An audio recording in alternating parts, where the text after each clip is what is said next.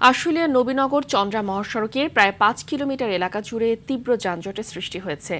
Elevated এক্সপ্রেসওয়ের কাজ চলমান থাকায় প্রতিনিয়ত এ যানজটের সৃষ্টি হচ্ছে বলে জানিয়েছেন সংশ্লিষ্টরা।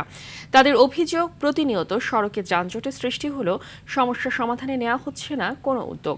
ফলে চলাচলে চরম বিপাকে পড়েছেন অফিসগামী মানুষ, শিক্ষার্থী, রোগীবাহী অ্যাম্বুলেন্স সহ সংশ্লিষ্ট পরিবহন।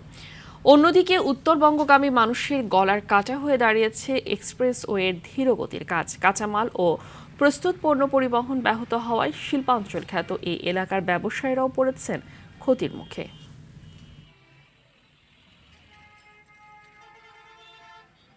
অনেক ভোগান্তি হয়, অনেক কষ্ট হয়, কারণ যে রাস্তার অবস্থা করণীয় কিছুই নাই। এই রাস্তাটা পুরো পল্লী বিদ্যুৎ থেকে জ্যাম ঠেলে আইলাম, এই যায় না বাজাইতেছি, আমি যাম শাহবাগ। এই অবস্থা এরকম যদি গেলে জ্যাম জট থাকে, আমার কাছে তো অনেক ভোগান্তি। এটা একটা সমাধান চাই আমরা।